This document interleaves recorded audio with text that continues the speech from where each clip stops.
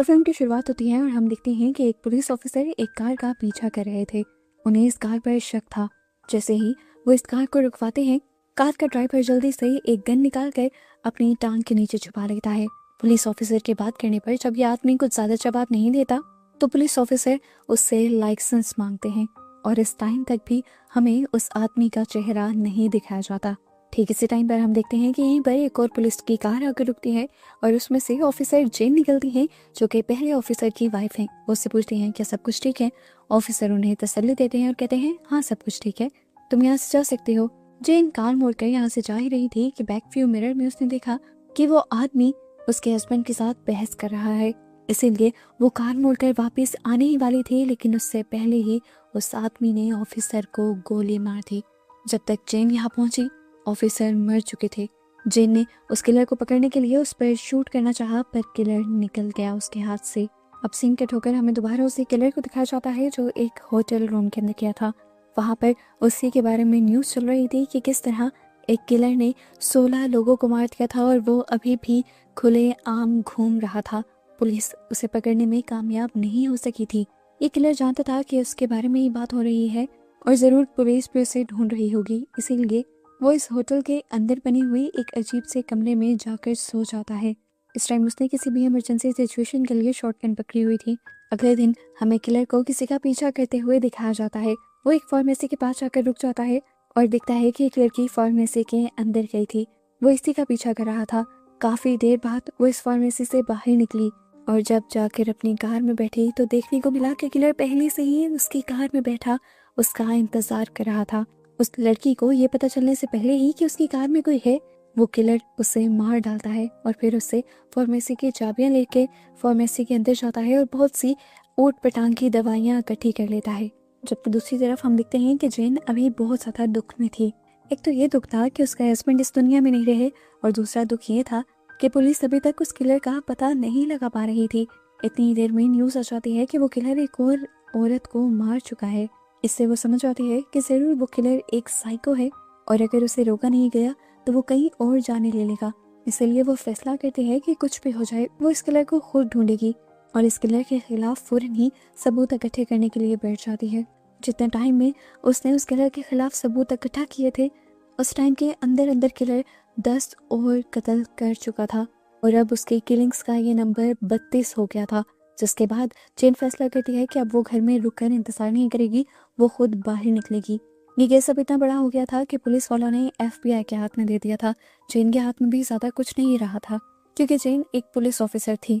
जेन जानती थी कि उसे काफी हद तक तो केस पर्सनली ही सॉल्व करना पड़ेगा। खैर अब हमें किलर को दिखाया जाता है जो रोड पर जब अपनी गाड़ी चला रहा था तभी वो नोटिस करता है कि रोड पर एक और गाड़ी पंचर खड़ी थी। उसमें एक कपल था। लड़का उस गाड़ी का टायर चेंज करने में बिजी था जबकि लड़की कार के अंदर बैठी हुई थी। वो अब कुछ ही दूरी पर अपनी कार रोक लेता है, अपना किलर वाला मास्क लगाता है और उसके बाद अपनी गाड़ी से एक रॉड निकालकर बाहर निकलता है और बिना सोचे समझे उस आदमी के सर पर वार करते हुए उसे एक ही बार में मार डालता है। अपने हस्बैंड की चीख सुनकर वो लड़की बाहर निकलती है और देखती है कि उसके हस्बैंड मर चुके हैं। वो बुरी तरह घबरा जाती है। उसने पीछे मुड़कर देखा तो इस टाइम उसके भी पीछे एक किलर था। वो समझ गई कि उसके हस्बैंड की तरह उसकी भी जान जाने वाली है। अपनी जान बचाने के लिए वो भागी भी, लेकिन कोई फायदा नहीं हुआ।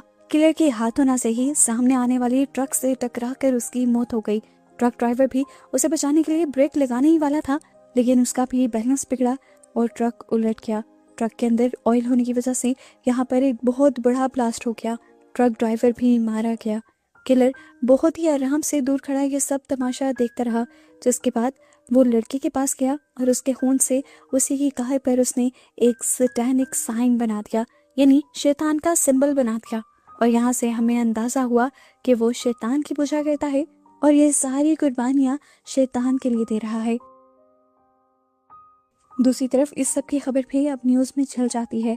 FBI की टीम ज्यादा तेजी से इस केस को सॉल्व करने की कोशिशों में लग जाती है और इसी सिलसिले में जेन भी आकर उन लोगों से मिलती है। वो कहते हैं कि मैं इस किलर के बारे में बहुत कुछ जानती हूँ और उसने मेरे हस्बैंड को भी मारा है। मैं इस केस को सॉल्व करवाने में मदद कर सकती हूँ, लेकिन ये केस जो इस टाइम लीड कर रहा था वो जेन की किसी भी हेल्प लेने से मना कर देता है और जेन परेशान हो जाती है। यहीं पर हम देखते हैं कि FBI की एक डिटेक्टिव रेबिका जेन को इस तरह मना करने पर उदास हो रही थी। उसे जेन को देखकर ये साफ लग रहा था कि वो मदद कर सकती है किलर को पकड़वाने में, पर अपने सीनियर के सामने वो उससे कुछ नहीं कह सकती थी। इसी वजह से ऑफिस के बाद शाम में रेबिका उसे एक होटल में बुला लेती है और किलर के मुतालिक जितनी भी चीजें उन्होंने इन्वेस्टिगेट की होती है वो इलीगली जेन को बता देती है। जेन के मुताबिक किलर हमेशा अपनी कार में रहा करता था, पर रेबिका बताती है नहीं, वो डिफरेंट होटल्स में स्टे करता है और अपने पीछे सबूत भी छोड़ कर जाता है। और वो ये सारी किलिंग्स सिर्फ साइको किलर होने की वजह से नहीं कर रहा, उन सारी किलिंग्स के पीछे कोई ना कोई बड़ा मकसद है, क्योंकि वो सारी किलिंग्स बहुत ही ज़्यादा पैटर्न में करता है। अमृतिका उसे एक होटल पे लेकर जाते हैं जहाँ पर वो एक किलिंग करके निकला था। इस होटल के अंदर उसने बहुत सारे सैटेनिक साइंस बनाए हुए थे जिनसे इन्हें पता चला था कि वो किसी कल्ट का हिस्सा है। अब रेबिका के ये लैपटॉप का इस्तेमाल करते हुए जेन और इन्वेस्टिगेशन करती है और इन्हें उस किलर का नाम पता चल जाता है जो कि रिचर्ड था। ये लोग अब यहाँ पर बैठकर ये भी इन्वेस्टिगेट करते हैं कि किलर का अगला स्टेप क्या होगा, वो कहाँ जाएगा और क्या करेगा। इस सारी इन्वेस्टिगेशन के बाद जब ये लोग यहाँ से जाने ही वाले थे तो रेबिका को एक और खबर मिली। कुछ ही देर पहले एक मॉल में एक धमाका हुआ था और धमाके में जिस बॉम्ब का इस्तेमाल किया गया था ये उसी टाइप का बॉम्ब था जो किलर ने एक वेपन डीलर को मार कर चुराए थे। खैर अब सीन कट होता है और हम दोबारा किलर को देखते हैं। किलर अपने एक और किलिंग की तैयारी में है, पाइप को पकड़ता है और उसकी एक साइड को बहुत ज्यादा शार्प कर देता है और उसके बाद अगली सुबह उसी पाइप को लेकर वो एक चर्च में जाता है। कन्फेशन के बहाने से वो फादर को एक अजीब से रूम में ले जाता है और जैसे ही फादर उसकी बातों में खोए हुए होते हैं वो उसी धारदार पाइप से उनके गले में स्टैब कर देता है और पाइप की दूसरी तरफ से उनका खून पीता है। यहाँ जेन भी अब उसका पता करते हुए उसके होटल तक पहुंच गई थी। वो पहले उसके हुलिये को बताते हुए मैनेजर से उसके बारे में पूछती है, लेकिन मैनेजर उसका हुलिया पहचान नहीं पाता। लेकिन जब वो अपनी गेस्ट लिस्ट चेक करता है तो उसे रिचर्ड नाम का एक गेस्ट मिल जाता है। बस फिर जेन उसी रूम के अंदर चली जाती है। अपनी गन ताने वो इस रूम को चेक कर रही थी। उसे पहले यहाँ पे एक सूटकेस दिखा, कमरा बज़ाहिर खाली था। उसने बहुत ही ध्यान से वॉशरूम खोला। वॉशरूम में एक शॉटगन थी लेकिन था कोई भी नहीं। उसके बाद जब वो बाहर आई तो एकदम से पीछे से कपड़ खुली और किलर वहां से बाहर निकल आया। वो जेन को मारना चाहता था पर जेन अपने आप को बचाने में कामयाब हो गई। इस तरह अपने शिकार को अपने हाथ से निकलता देखकर उस किलर को भी गुस्सा आया और उसने दोबारा जेन के ऊपर अटैक किया और जेन ने अपने डिफेंस में उसके ऊपर अटैक किया। यहाँ पर दोनों की अच्छी खासी हाथापाई हुई, लड़ाई हुई, पर आखिर में उस किलर ने जेन को उठाकर यहाँ से बाहर फेंक दिया खिड़की तोड़ते हुए और फिर खुद भी उसी खिड़की से जंप लगाकर अपनी कार लेकर यहाँ से भाग गया और जेन कुछ कर भी ना पाई। जेन सदमे में चली गई थी, इतना करीब किलर के पहुंचकर उसे ना पकड़ने के लिए। खैर अब वो इस कमरे की बहुत अच्छे से तलाशी लेते हैं और उसे इस कमरे में बहुत सारे सबूत मिल जाते हैं जो किलर यहाँ से मिटाना भूल गया था और इन्हीं सबूतों के जरिए उसे किलर की अगली मूव के बारे में पता चलता है। दूसरी तरफ हम देखते हैं कि किलर एक कैल्विन नाम के बंदे से कांटेक्ट करता है। कैल्विन उसे बताता है कि हमने न्यूज़पेपर में तुम्हारा ऐड देखा है, तुम एक सैटेनिक कल्ट के मेंबर हो और हम भी ऐसे ही एक सैटेनिक कल्ट के मेंबर हैं। हम तुम एक साथ मिलकर सारा काम कर सकते हैं और हम जानते हैं कि तुम एक बहुत बड़े पर्पस के लिए काम कर रही हो। अगर तुम चाहो तो उसमें हम तुम्हारी मदद कर सकते हैं। किलर भी उनकी बात मान जाता है और उनके बताए एड्रेस पर आ जाता है। यहाँ पर वो देखता है कि उन जैसे और भी लोग थे और सभी ये दावा कर रहे थे कि वो शैतान की पूजा करते हैं और इस सब के दौरान वो अजीबोगरीब ड्रग्स का इस्तेमाल कर रहे थे। और ये देखते हुए रिचर्ड समझ आता है कि ये लोग किसी कल्ट के मेंबर नहीं, इन्होंने अपना ही कोई अजीब सा कल्ट बनाया हुआ है। खैर वो यहाँ पर इन लोगों से कुछ नहीं कहता और कैल्विन के साथ अपने रूम में आ जाता है। उसने नोटिस किया था कि कैल्विन बाकी मेंबर्स जैसी कोई हरकत नहीं कर रहा। वो कैल्विन से कहता है कि मुझे एक इंसान का पता चलाना है जिसका नाम एड्रेस मुझे कुछ भी नहीं पता, बस मैं ये जानता हूँ वो काम क्या करता है। कैल्विन उससे कहता है तुम्हारा काम हो जाएगा। इसके बाद जब किलर न्यूज़ ऑन करता है तो देखता है कि वहाँ पर जेन ही इंटरव्यू दे रही थी और वो उसी के बारे में बात कर रही थी। अजीब बात थी कि किलर की इंटरव्यू देखकर खुश हुआ था। सिर्फ यही नहीं, अगले दिन तो उसने पुलिस स्टेशन में कॉल भी कर दी थी जेन के लिए। जब जेन को ट्रांसफ़र की जाती है तो वो जेन से कहता है मुझे खुशी है कि तुम मेरा पीछा कर रही हो और तुम मुझसे डरी नहीं। खुद तक पहुंचने के लिए मैं तुम्हारे लिए सबूत छोड़ता रहूंगा रास्ते में। ये सुनकर जेन हैरान हो जाती है कि उस किलर ने खुद उसे कैसे कॉल कर ली थी।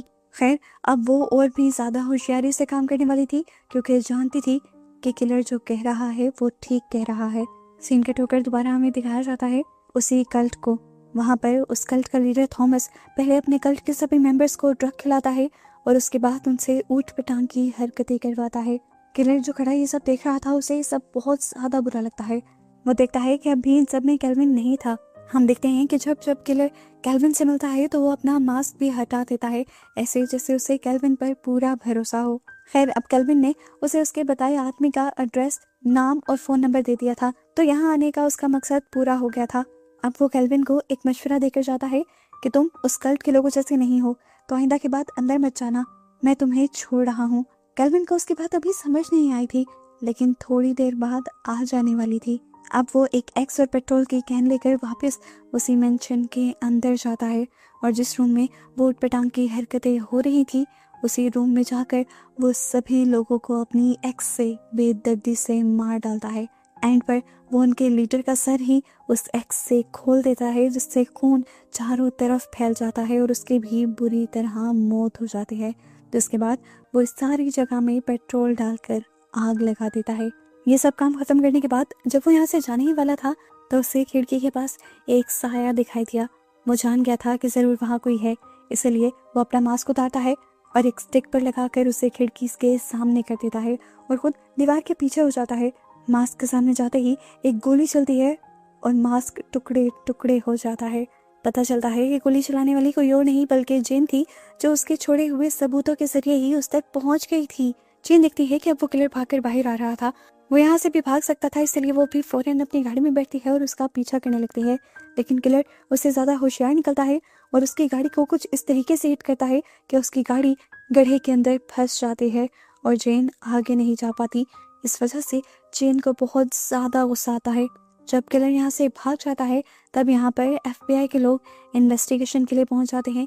हालांकि जेन ने इन्हें काफ़ी पहले खबर कर दी थी कि वो किलर यहाँ पर है, लेकिन ये लोग टाइम से लेट आए क्योंकि उन्हें जेन की बातों पर यकीन नहीं था और इसी वजह से जेन अब FBI पर भी बहुत ज़्यादा गुस्सा थी।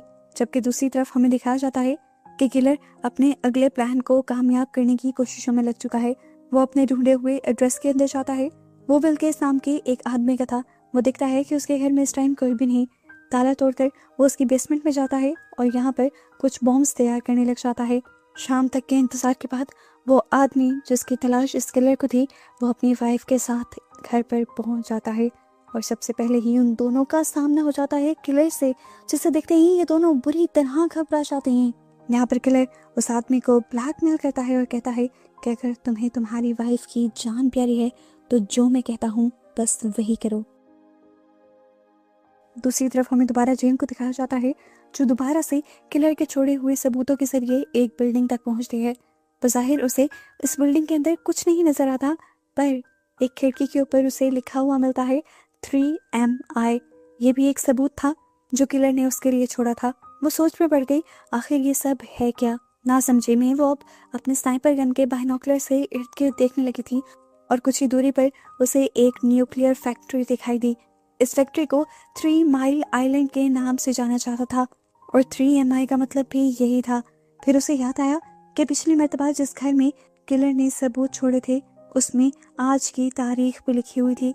इन सारी चीजों को जोड़ते हुए जेन समझ जाती है कि किलर का मकसद बहुत बड़ा है।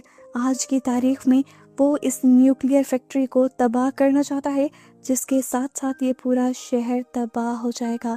सभी इंसान मर जाएंगे और न्यूक्लियर रेस की वजह से आसपास के शहरों में भी बीमारियां फैल जाएंगी। यहाँ पर हमें भी सारा प्लान समझ आने लगता है कि किलर ने उस बेचारे आदमी को क्यों पकड़ा था। असल में वही 3 माइल आइलैंड का मैनेजर था, यानी उस न्यूक्लियर पावर प्लांट का मैनेजर था। उसी की कार में छुपकर किलर यहाँ तक आ गया। अंदर जाने के लिए ज़्यादा इन्वेस्टिगेशन करनी ही नहीं पड़ी।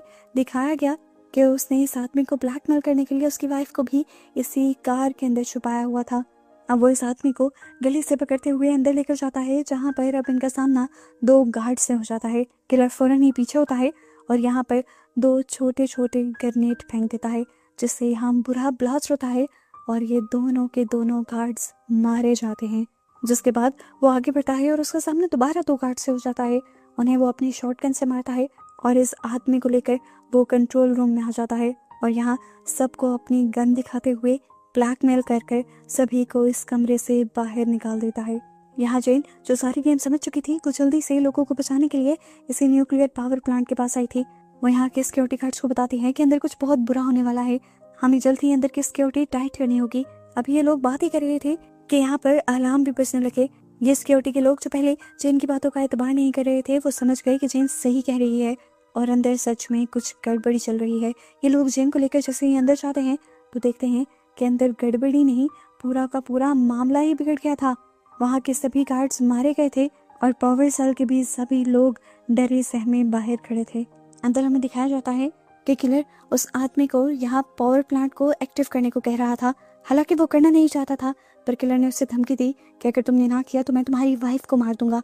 उसने सभी लोगों का ना सोचते हुए सिर्फ अपनी वाइफ के बारे में सोचा और किलर की बातों से ब्लैकमेल होकर उसने पावर प्लांट को एक्टिव कर दिया। जिसके बाद इस किलर ने उसको भी नहीं छोड़ा, उसे भी अपनी शॉर्ट गन से मार डाला। जिसके बाद वो कंट्रोल रूम में एक ग्रेनेड रखता है और अपनी शर्ट उतारता है। बाहर लोग देखते हैं कि उसने अपनी पूरी बॉडी के अंदर बॉम्ब्स लगाए हुए थे और वो इन्हीं के जरिए इस पूरी फैक्ट्री को उड़ाना चाहता था। वो सुसाइड प्लान कर रहा था। ये लोग सोचते हैं कि हमें उससे बात करनी चाहिए, पर जेन कहती है वो बात करने वालों में से नहीं है। वो अभी तक 50 से ज़्यादा किलिंग्स कर चुका है और उसका मकसद सिर्फ तबाही फैलाना है, जिसके लिए उसे अपनी जान की भी परवाह नहीं। ये लोग बाहर से अब दरवाज़ा तोड़ने की कोशिशों में लग जाते हैं, जिसमें बहुत ज़्यादा टाइम लग रहा था और जेन जानती थी कि इससे कम टाइम में वो यहाँ पर ब्लास्ट कर देगा। उसे जल्द ही उस किलर तक पहुँचना था। तभी एक गार्ड जेन को बताता है कि ऊपर की तरफ लगी हुई एक विंडो से हम किलर को देख सकते हैं।